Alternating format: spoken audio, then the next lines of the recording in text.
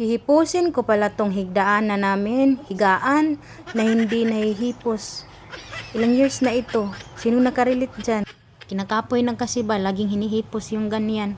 Tapos gabi, ibabalik na naman pagtaod. Kaya every year ko na lang yan hinihipos. Para diretso na ba? Kailangan kasi magmuskit kasi maraming dinggi sa amin. Manunusok, manguha ng dugo. Tapos ayan na, kinuha ko na yung mga ano dyan, sinabit, yung mga pisi. Oh, tapos yan. Na ano din kayo, bakit may nakalagay na habol dyan sa kilid ng musket? Kasi, mamamaak kasi yung mga lamok pag walang ganyan. Tapos, pag nakadikit yung tiil mo dyan sa kilid na walang habol, kikit-kitin talaga at mauubos yung dugo mo. Kaya nilagyan ko niyan, yung habol ha. Tapos ayan na, pinaspasan ko na yan. Pinadali ko na yan para meron pa kasi akong gagawin. Oh, ayan, ganyan kahugaw, ganyan kami kahit anong sabihin niyo, wala akong ayan oh, mukha, ginuo ko. Huwag niyo lang pansinin yung mukha kasi pangit talaga yan.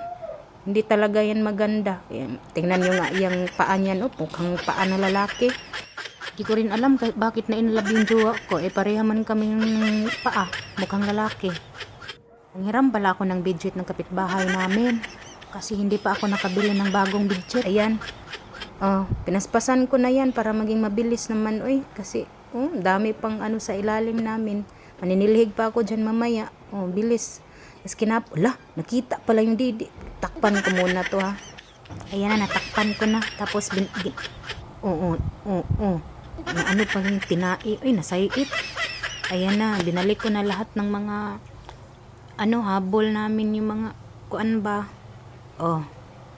Ayan na rin. May nagtuwad pa dyan sa baba sus, pag ipamantikitang lubot ni mo na-imagine ko yung ex ko kumukha nito. Ayan na, tapos na.